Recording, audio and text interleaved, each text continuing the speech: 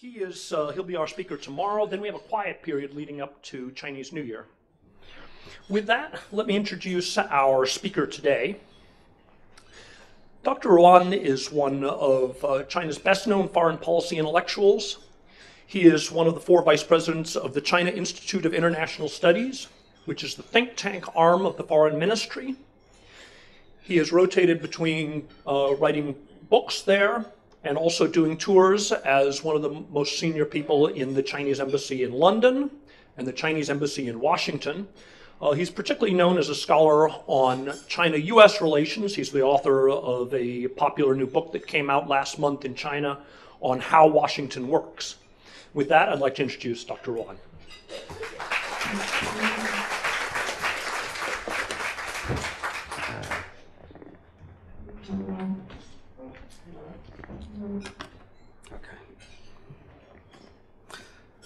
Thank you. Good afternoon, everyone, and I hope you can see me. Well, I'd like, first of all, to thank President Douglas Hwang and Vice President Tara Jussi and Francis Malati and Mr. Governor Ken Branches for your kind inviting me here at the FCC. As I understood, FCC was established 40 years ago in Chongqing, which I happened to be there over more than 20 years ago. I was a student at Chongqing. So here, you look at the collection here. And I'm so delighted to be here because I understand the FCC is an important media hub, and it can serve as a very useful instrument to spread understanding between China and the world. I appreciate your kindness and your hospitality at such a wonderful setting, and of course, with such a distinguished audience. Well, my experience working in London and Washington told me there is no free lunch. So after such a wonderful meal, probably it's time for me to share some of my thoughts with you about the year 2013 and China's foreign policy. Well, as a matter of fact, last month today, many people, maybe many of us, have experienced or even bothered by the stressful Maya prophecy. Thankfully, we're all doing very well, and I'm sure we're going to do even better. Anyway, the 2012, however, marked by leadership transition in numerous countries in the world, including Russia, France, America, Japan, South Korea, etc. It was a pretty eventful year. And in China, the 18th CPC National Congress was held in Beijing, and also in the coming months, particularly in March, we will have another 2 very important events. That is the NPC, National People's Congress, and also CPPCC, the Chinese People's Political Consultative Conference. That will pave the way for a new team who are guiding China in the next few years. And certainly that will offer their new vision for China's renaissance. This year begins with a long list of China's diplomatic challenges, such as stand for Diaoyu Islands with Japan, and evacuation of Chinese nationals in Central Africa. And also 3 Chinese workers were kidnapped by militants in Sudan, Darfur region, just to name a few. This year, of course, we have good cause to wonder about the future. On one hand, America and Europe face concerns about the stalled economic progress. Nations in Asia, Africa, Latin America have made robust advancements in their economic development. However, the old enmities and the zero-sum mentality die hard. The increasing pressure on resources causes worry about the scarcity and put a strain on the world environment. Be very honest, when talking to my friends, I was struck by two totally different perceptions about China's foreign policy. On one hand, the critics fear that China is going to become more and more assertive.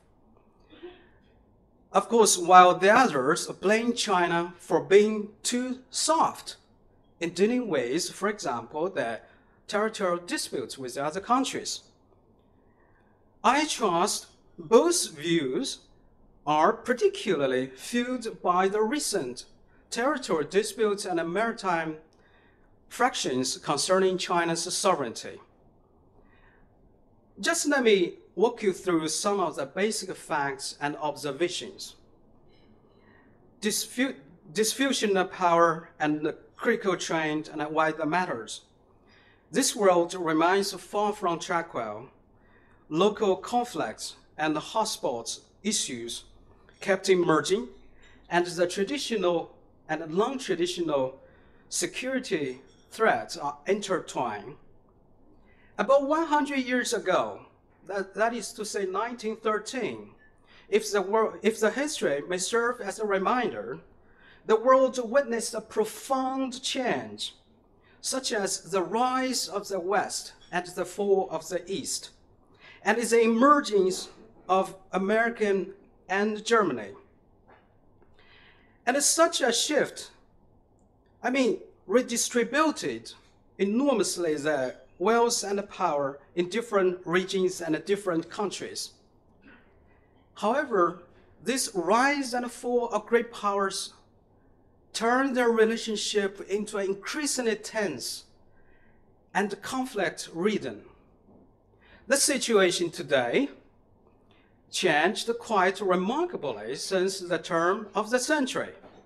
The economic balance of power have indeed shifted dramatically in the past few years with the rapid rise of China and other emerging countries.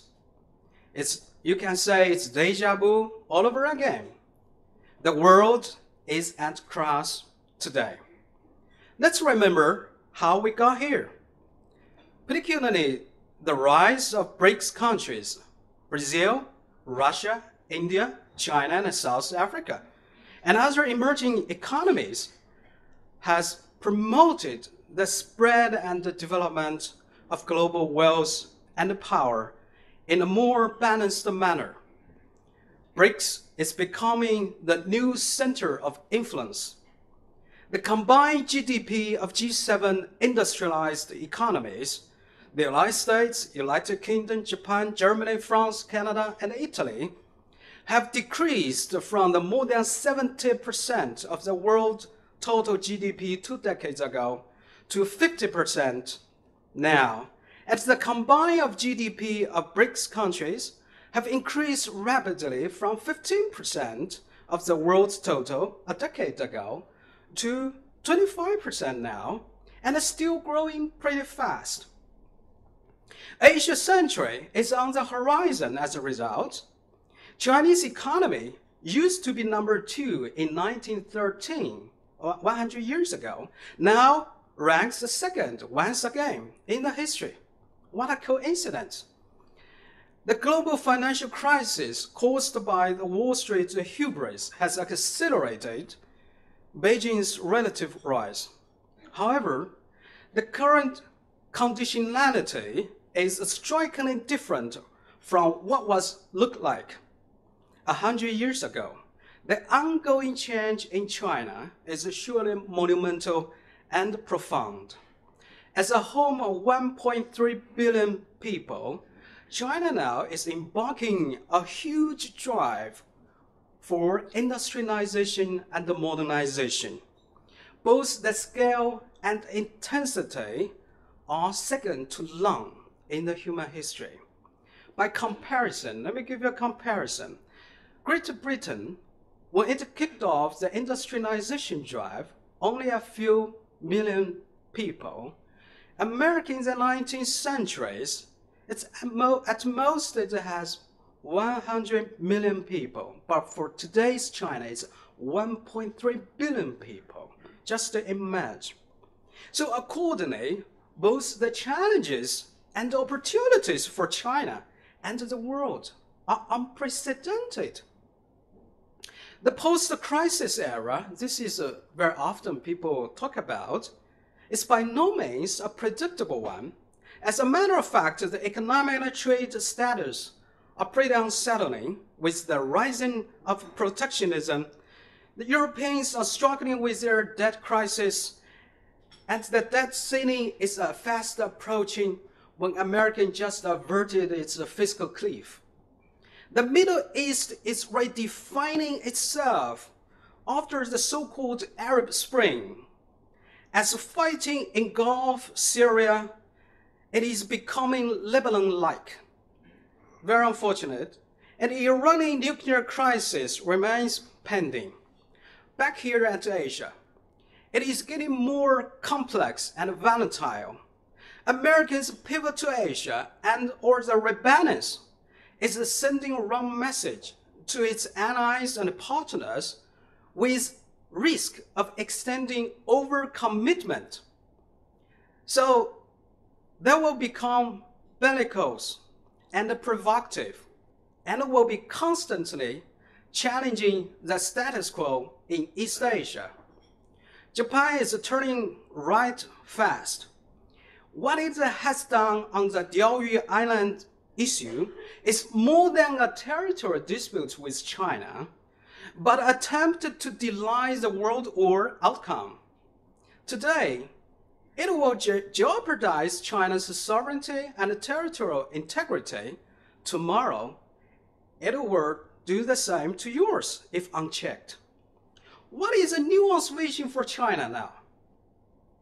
New challenges requires new response.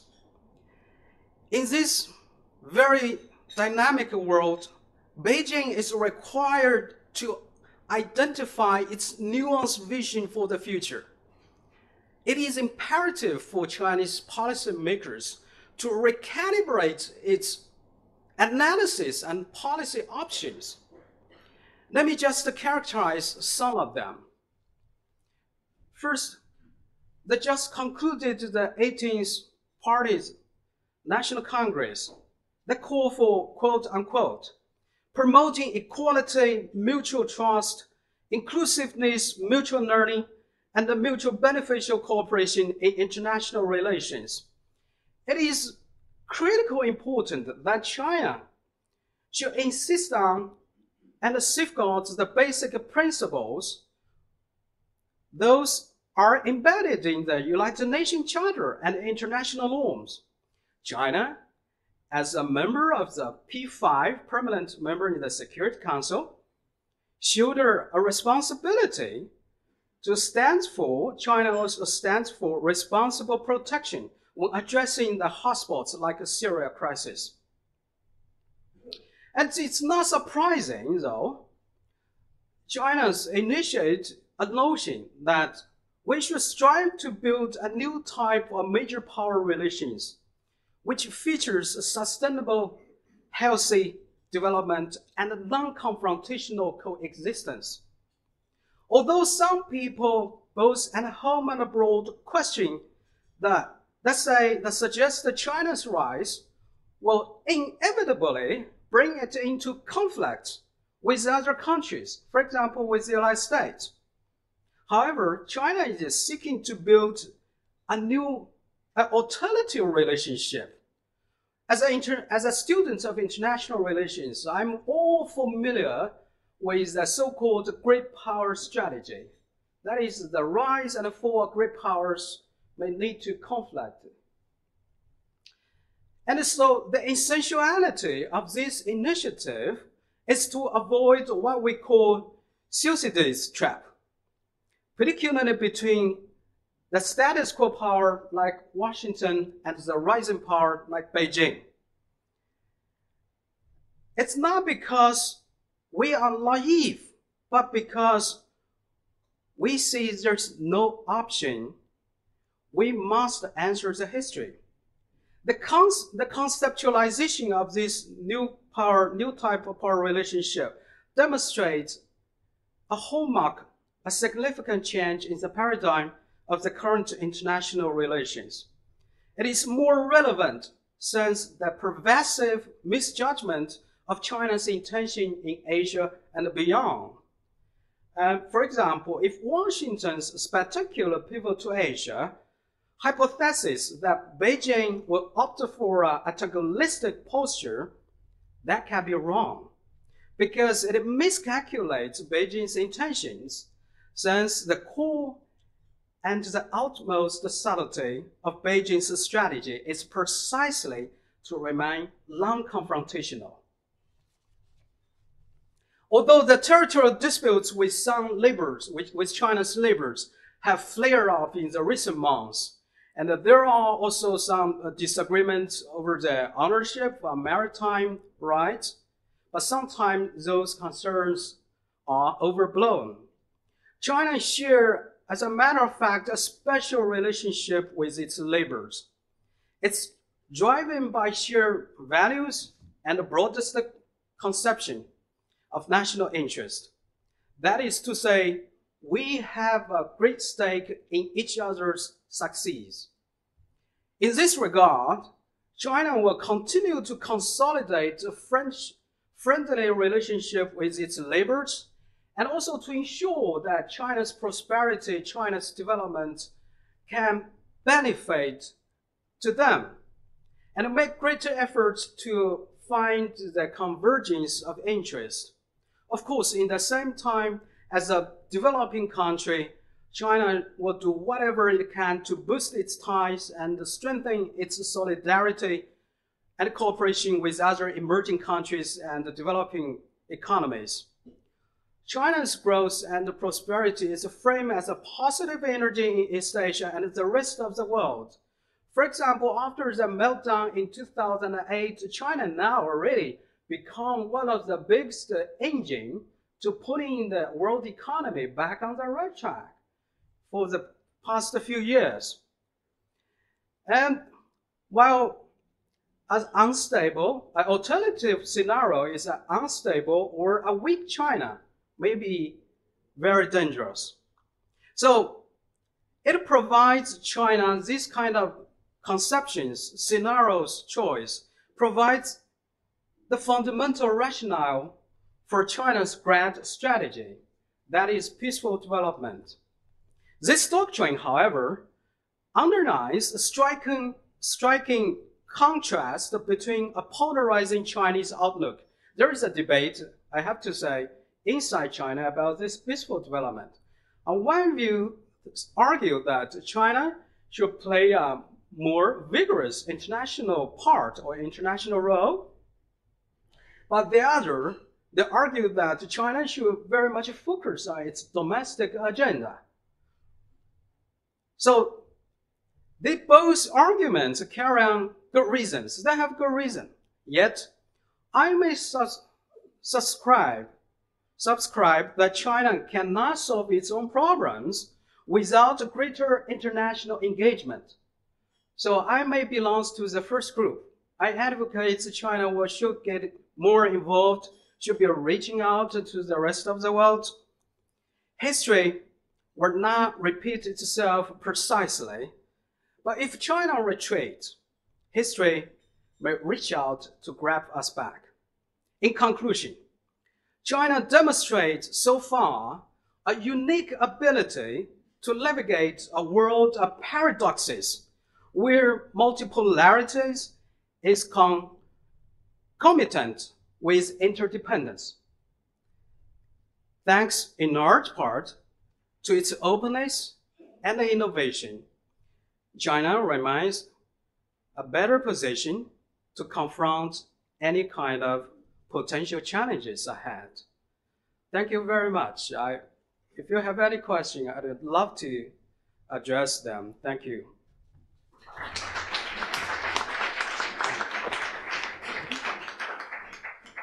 Okay, back over here, please. Hi, my name's James Potts. I'm at the British Consulate General. I'd like to talk about China's foreign policy. China's overseas investments are ever increasing. its national interests are constantly now overseas. And it's been criticized before, particularly in relation to the Arab Spring, for sticking to its policy of non-intervention in other countries' internal affairs. So my question is, do you think China will ever change this stance? And under what circumstances do you think China would ever consider engaging or intervening in another country's affairs? Well, thank you very much for your wonderful question. And I think this is the topic sometime very privately we have the discussing about what kind of orientation China's foreign policy will advance accordingly.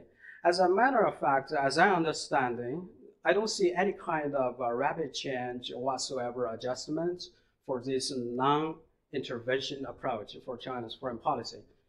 This does not mean China is hands off all those action scenarios get involved in other countries. As a matter of fact, as a P5 member, China always support to be very positive for any kind of contingency or scenarios, proposals, mandated by the United Nations. For example, East Timor was a good example. China was part of it, this effort. Why? Because it's just passed the resolution and the United Nations give a green light. So this is an option for China in the future. And of course, for example, there is a debate in Syria's issues, particularly when China vetoed altogether 3 times so far. Well, I try to follow the situation and also the debate. And 2 things can explain that. The first of all is about Libya case. I guess some people, even some Chinese people, they are doing the soul searching, they're doing the reflection. When China voted in the Libya case, the resolution to establish the low-fly zone. But this low-fly zone, very unfortunately, be used or misused as a green light to launch attack on Libya. This is absolutely against the Chinese intention and also our principles. So some Chinese argue that we're not going to do it again. Secondly, about, for example, the R2P issue, the responsibility to protect. I guess China is increasingly come to understand protection is absolutely important, but with conditionalities.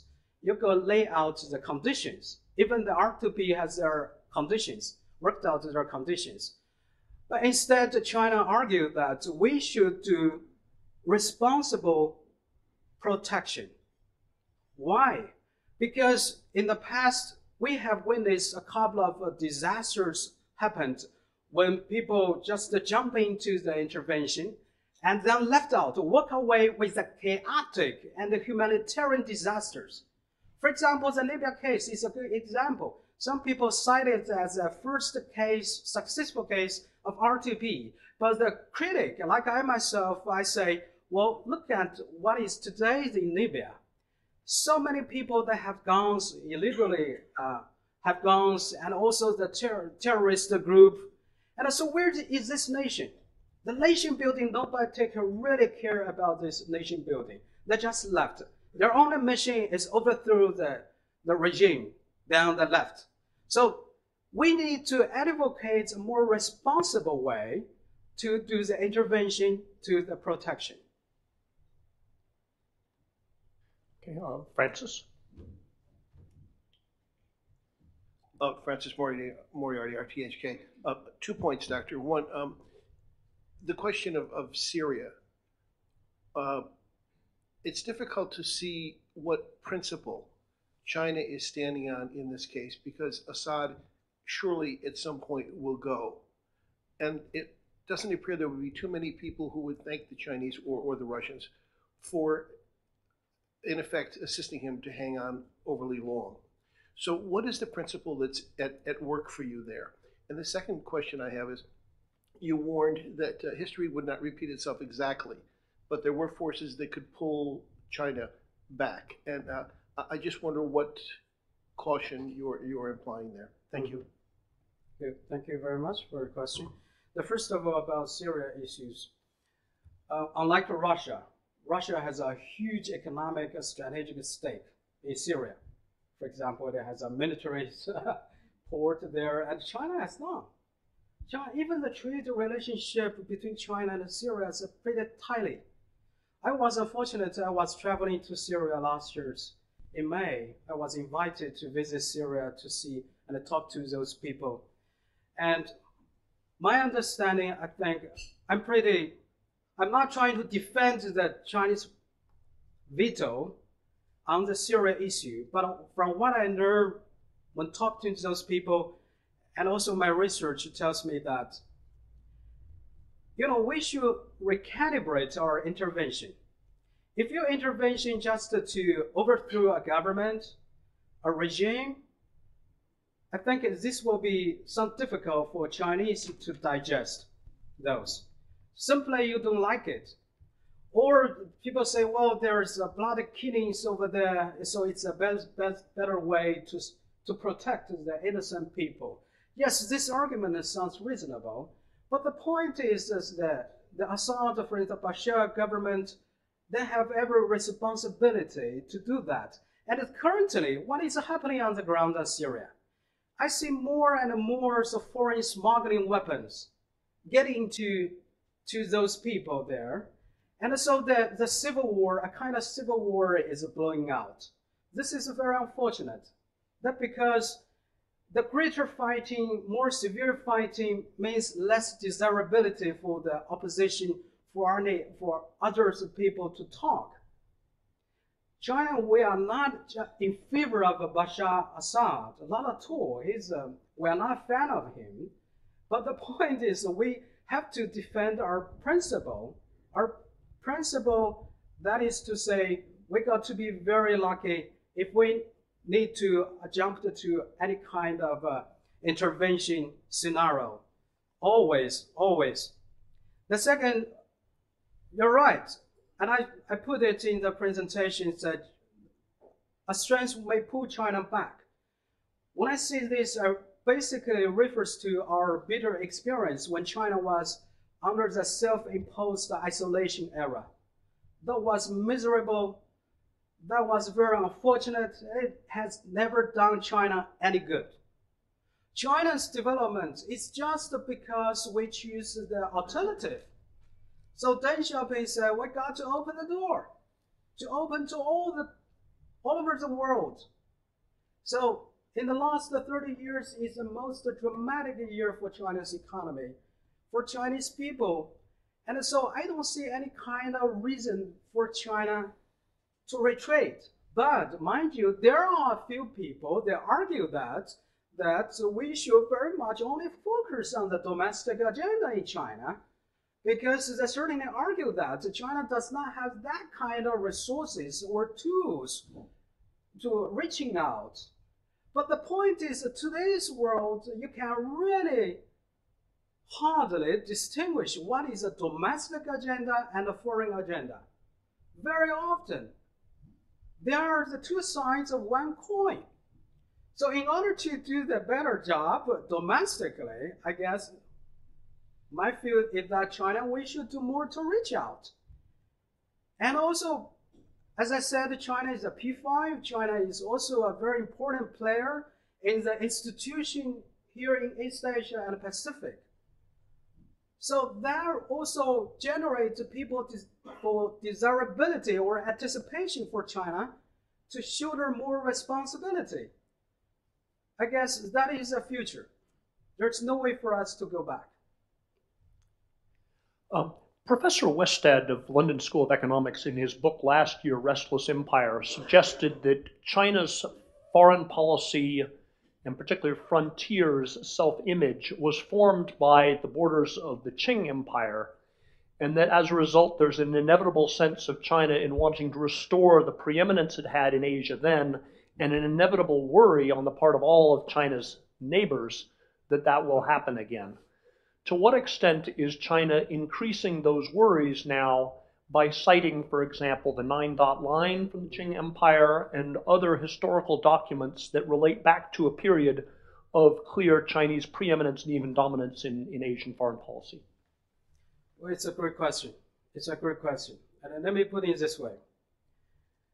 And we are as I said, we already kicked off the modernization. As some people say, it's a rejuvenization of Chinese culture, Chinese civilization, or a renaissance, whatever you put it. That suggests Chinese, as we are, have a increasingly greater, strong desirability to perform better on the world stage. There's no problem about it. But how about those border issues? The immediate challenge for China is how do you dealing with those border issues and the disputes? Because the way you're dealing with the border disputes very often frame people's perception about China, whether you're assertive or weak, whatever.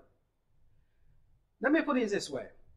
China, unlike Americans was very lucky. You got only two neighbors, Canada and Mexico, and then the two oceans. But for China, we border directly with 14 countries. You can never find any kind of other countries who border so many directly, the land border, 14 of them. And the point is, as I said, as people very often say, it's easy to love the whole human being. It's difficult to love your neighbor. And being neighbor is good, but the point is you have to build a good fence. Good fence means good neighbor. Let me back to the border disputes issues. We have successfully demarcated or solved the border problems, the land border problems, with one exception with India, with most of the countries, including Russia. You know, in the 1960s, China and Russia engaged bloody conflict just because of the small islands there. And China borders 4,300 kilometers common border with Russia. Russia is our largest neighbor.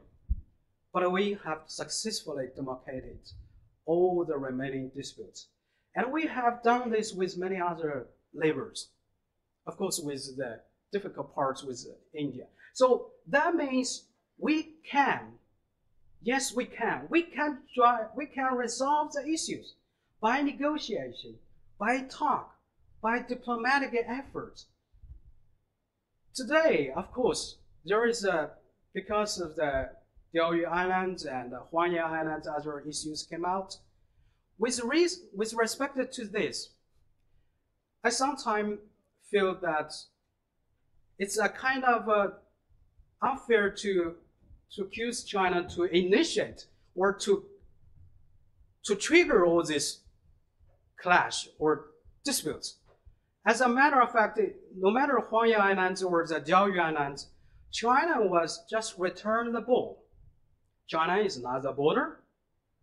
So we have to do whatever we can to defend and to safeguard the legitimate interest and the sovereignty. But some people say, well, China, you become overreactive or more assertive. But if you talk to the Japanese, for example, today there's a very important delegation from Tokyo to Beijing. They're holding maybe a kind of talk. I don't know. I hope the pressure will take off. But for China, we're absolutely committed to peaceful resolution, peaceful dialogue. There's no way for China to use military. There's no way for China to use what alternative forces and rules. That's not just the option. For us, and like as I said, the daunting task for China is domestic for the future leadership. We have numerous problems in China. How to address, for example, the disparities issues, haves and have-nots, and how to address the corruption issues, and how to address the environmental issues. And I was coming here yesterday. I was so impressed by the beautiful weather here. But in Beijing, you know, we just suffer to the worst haze or polluted week. We desire to have a better fresh air. So we got very much committed in addressing those issues. I don't think the Chinese policymakers and the serious commentators have any appetite to launch a military strike. What's for? So, again, to conclude, what I'd like to make is that we have all these disputes, but we're committed to talk. So this is the point. Okay. Okay.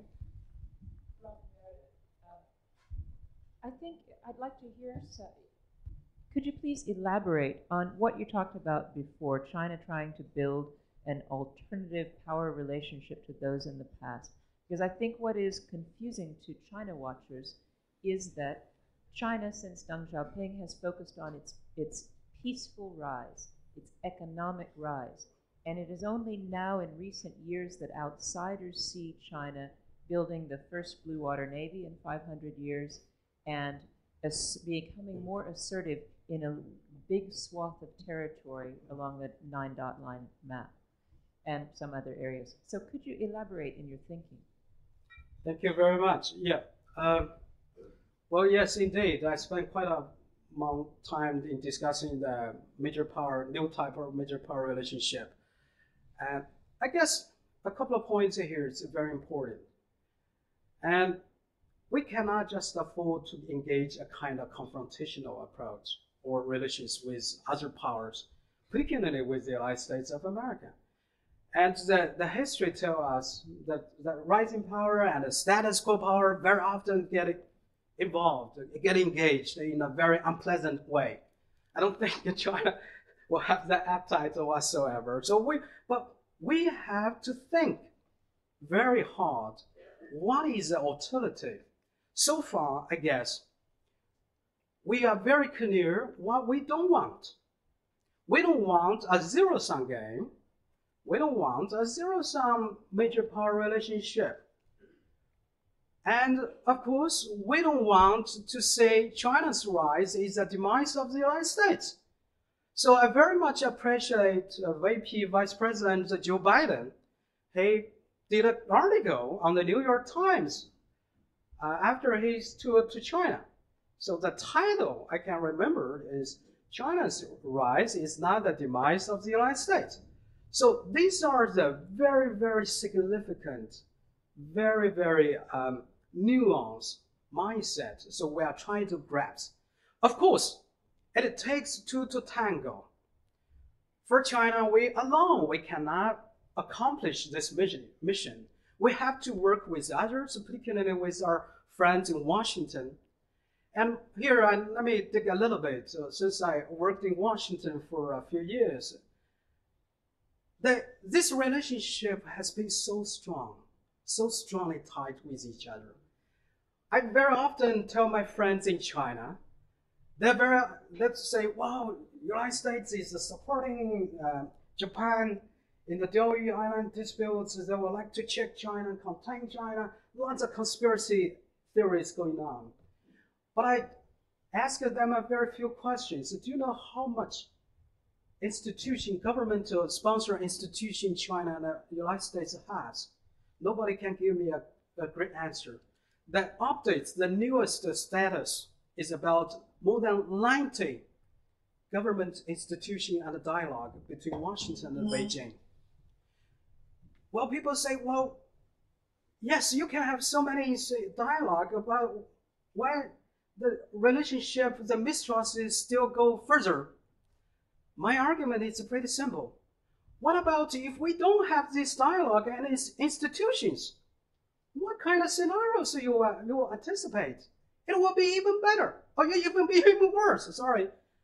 So I'm not naive to say, since we have such a good relationship and so many strong, dynamic dialogue institutions exchange will address the mistrust issue. But the point I like to do is that we will cultivate the habit on both sides for dialogue to address the problem. And we already talked to our friends and counterparts in Washington. They are pretty interested in this notion. So maybe in the future, we can do think tanks on both sides. We can do the joint research project with each other.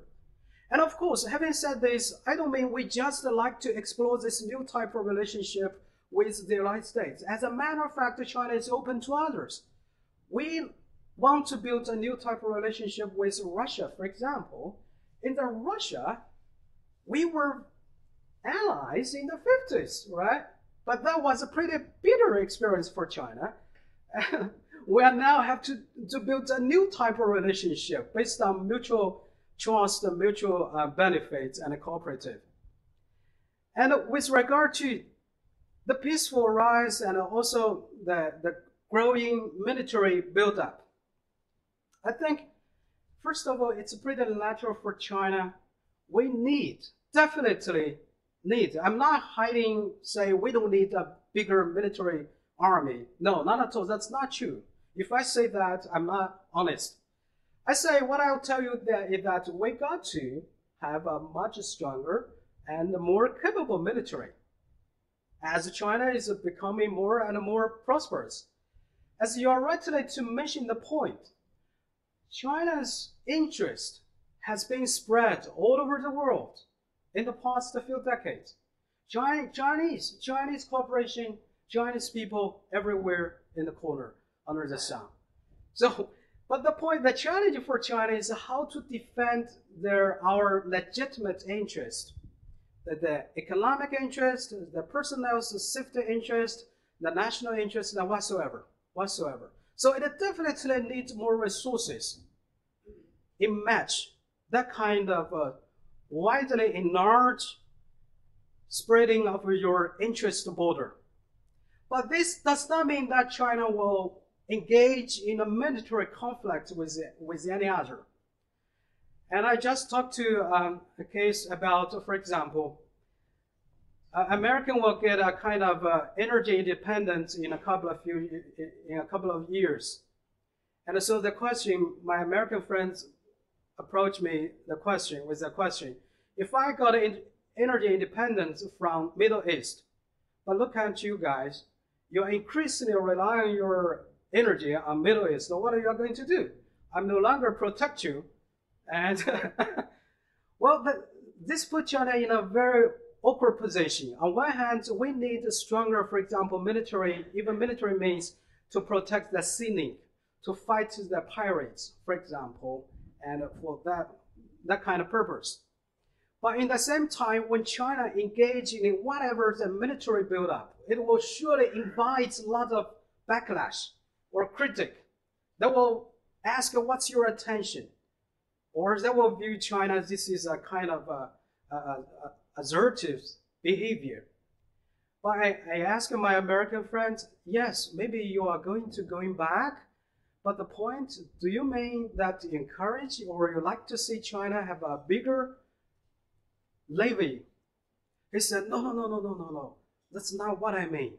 So the best way maybe is we can talk to our American friends. You are doing the protection part, and maybe China can contribute marginally to some of those missions, like the anti-piracy, which happened in the coastal area, in the Somalia area.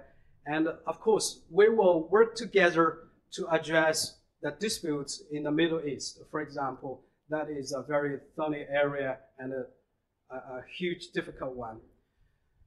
So yes, indeed, we are developing greater military, but this does not mean China become purely a military figure and we will use it. But how to use it, that is very, very difficult to say. Okay, I think we're just about at 2 o'clock, unless we have one more. Why don't I wrap it up by thanking very much our speaker, as well as the Foreign Ministry, for bringing Dr. Yuan to us today. I'd like to also give you something to remember the club by. Oh. Guess from the shape. Thank you. Thank you so much. Thank you. Thank you, sir.